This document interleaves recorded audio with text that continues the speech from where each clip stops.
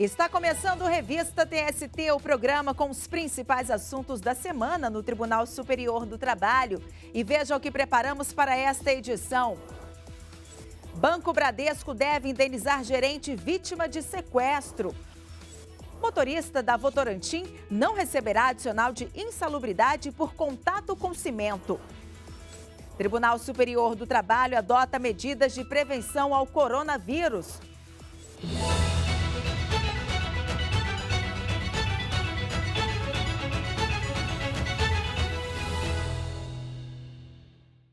Nós começamos esta edição conversando com a Thalia Santos, que acompanhou os julgamentos da semana no TST. Olá, Thalia, algum caso de destaque? Olá, Ana Amélia. Os ministros da SDI1 decidiram que o terminal de Granéis do Guarujá, em São Paulo, não pode contratar trabalhadores que não estejam cadastrados ou registrados no OGMO, órgão gestor de mão de obra.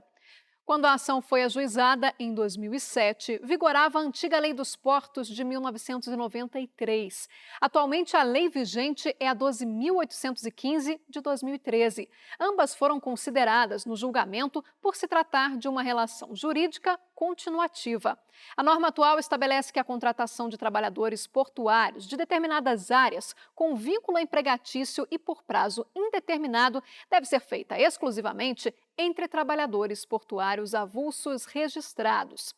Só para exemplificar, uma das funções que se enquadram nesse caso é a de capatazia, atividade que envolve recebimento, conferência e transporte interno de mercadorias, além de carregamento e descarga de embarcações. Ana Amélia. E o que ficou decidido, Thalia? Bom, vamos entender o caso, Ana Amélia. O Sintraporte, Sindicato dos Operadores e Trabalhadores Portuários do Estado de São Paulo, pediu na ação que o terminal contratasse apenas trabalhadores inscritos no sistema OGMO.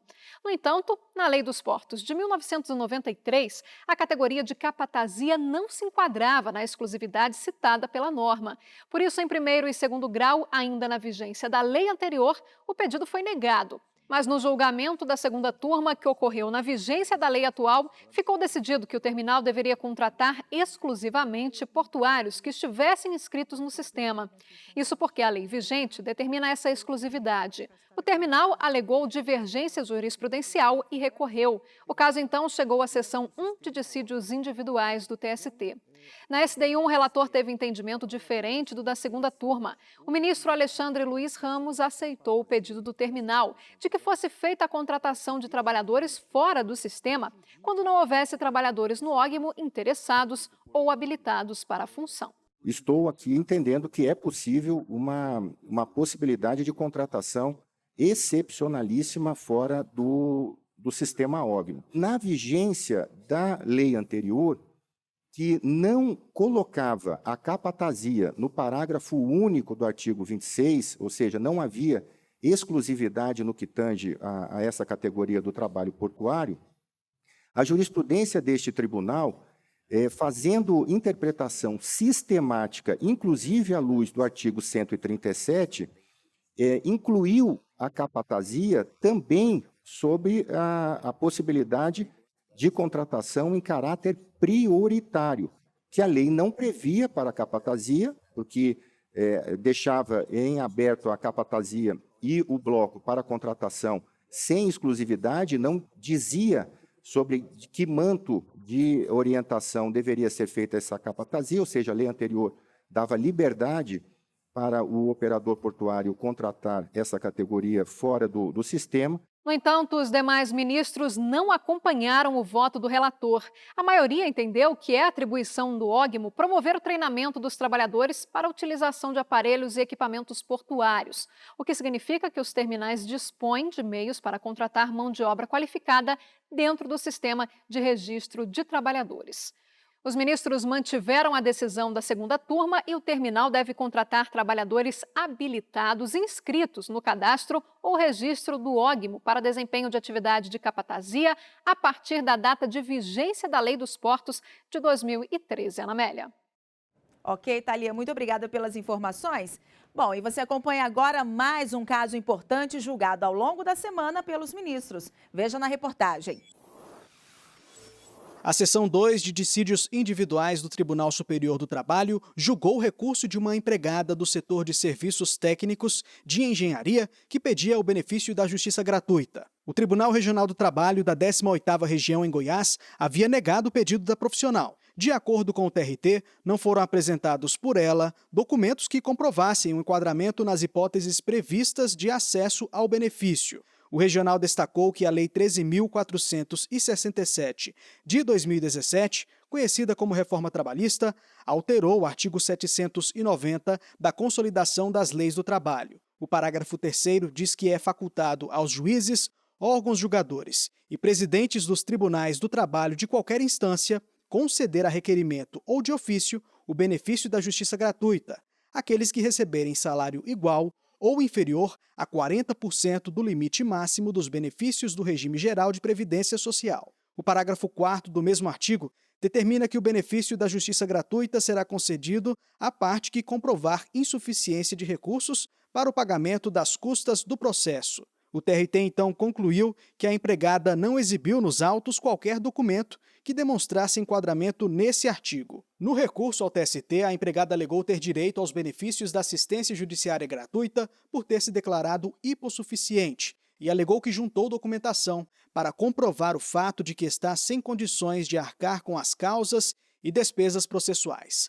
A relatora do caso na seção 2 de dissídios individuais do TST, ministra Maria Helena Malman, afirmou que a Instrução Normativa 31 de 2007 do TST estabelece a inexigibilidade de depósito prévio quando a parte autora declarar, sob as penas da lei, não ter condições de pagar as custas processuais sem prejuízo do sustento ou da família. Dessa forma, a ministra votou pela concessão da justiça gratuita à empregada e determinou o retorno do processo ao tribunal de origem para que fossem julgados os pedidos da ação rescisória.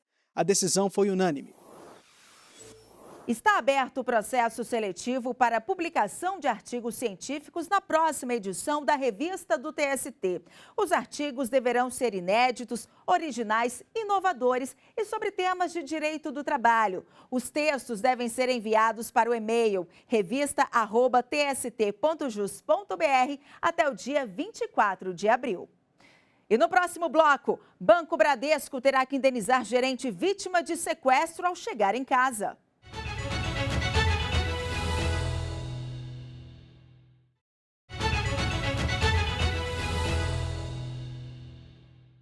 Estamos de volta e vamos conferir alguns julgamentos que ocorreram durante as sessões das turmas do TST. O Banco Bradesco deverá pagar indenização por danos morais a um gerente administrativo que foi sequestrado ao chegar em casa. O crime ocorreu em Poço Redondo, Sergipe. A segunda turma do TST reconheceu a responsabilidade objetiva do banco. Os detalhes com Rafael Oliveira. O empregado relatou que foi rendido por bandidos ao chegar em casa à noite e que foi mantido refém com esposa e filha sob mira de revólveres durante toda a madrugada. No dia seguinte, os sequestradores levaram os familiares do bancário para outro local como garantia de que ele retiraria o dinheiro do cofre do banco e entregaria os valores aos criminosos. Após a entrega, empregado e familiares foram abandonados numa rodovia no município vizinho. O bancário se afastou do trabalho por 14 dias após ser diagnosticado com estresse pós-traumático e depressão. 6 meses depois de retomar as atividades, ele foi demitido. Na reclamação trabalhista, o gerente pediu indenização por danos psicológicos e morais. O Tribunal Regional do Trabalho da 20ª Região em Sergipe reformou a sentença que havia concedido indenização por dano moral no valor de R$ 800 mil ao empregado. Para o TRT, a culpa do banco não foi comprovada, pois o sequestro ocorreu após o fim do expediente, quando o bancário voltava para casa. O entendimento do regional foi que, neste período, o empregado estava sob a tutela do Estado, que é responsável pela segurança pública. O ex-gerente recorreu ao Tribunal Superior do Trabalho, que teve outro entendimento.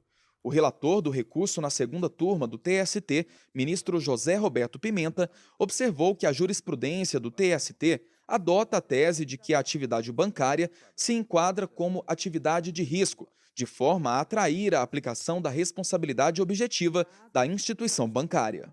Ainda de acordo com o ministro, embora a ausência de segurança pública resulte em risco para o exercício de qualquer profissão, é inegável que bancários estão mais expostos a assaltos e sequestros. Por unanimidade, a segunda turma do TST reconheceu a responsabilidade objetiva do Bradesco e determinou o retorno dos autos ao TRT para análise do valor da indenização por danos morais. E vamos à quinta turma que julgou o processo da família de um empregado morto em acidente que conseguiu o direito de receber honorários advocatícios da empresa. O Daniel Vasques vai explicar melhor para a gente essa história. Olá, Daniel. Olá, a decisão foi tomada a partir de uma ação indenizatória apresentada pela família do empregado de uma empresa de eletroeletrônicos no Rio de Janeiro. Após a morte do empregado, vítima de acidente de trabalho, a empresa foi condenada por dano moral. Os pais e a irmã dele pediram então que a empresa pagasse os honorários dos advogados. Em defesa, a empresa usou como base a súmula 219 do TST. O texto diz que a condenação ao pagamento da parcela não decorre apenas da perda da ação. É preciso que a parte vencedora esteja assistida pelo sindicato da categoria profissional e comprove que não tem recursos para arcar com os gastos do processo, sem prejuízo ao próprio sustento ou ao sustento da família. Mas a quinta turma do TST entendeu que a indenização não decorre da violação dos direitos trabalhistas, e sim de acidente de trabalho. De acordo com o colegiado, a exigência contida na súmula 219 está restrita às ações entre empregado e empregador. Por isso, a exigência de filiação sindical não se aplica à família do empregado, pela ausência de vínculo com a empresa e com o sindicato. A empresa foi assim condenada a pagar os honorários advocatícios fixados em 10% sobre o valor da condenação. A decisão foi unânime, Ana Amélia. Muito obrigada pelas informações, Daniel. E a terceira turma decidiu que um motorista da Votorantim não tem direito a adicional de insalubridade por ter contato com cimento.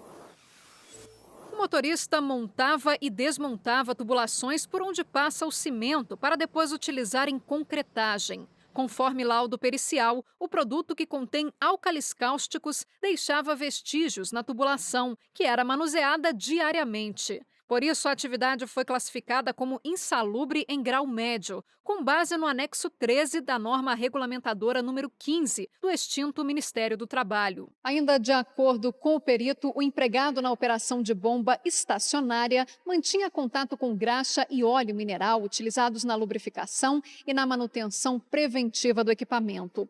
Essa atividade, segundo ele, se enquadra no item da norma referente à manipulação de alcatrão, óleos minerais, óleo queimado, parafina e outras substâncias cancerígenas, e por isso daria direito também ao adicional em grau máximo.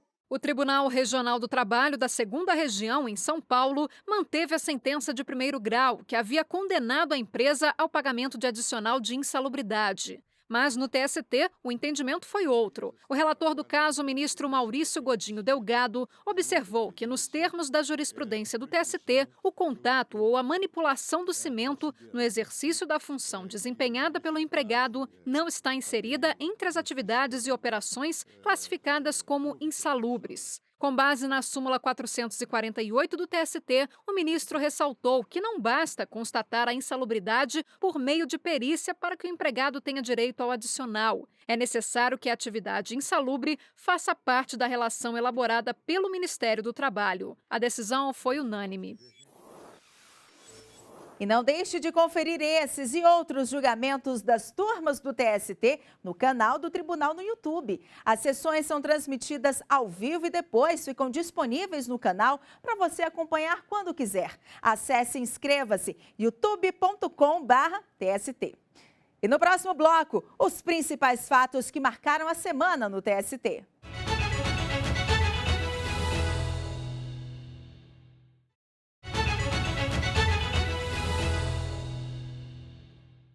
Voltamos com o Revista TST.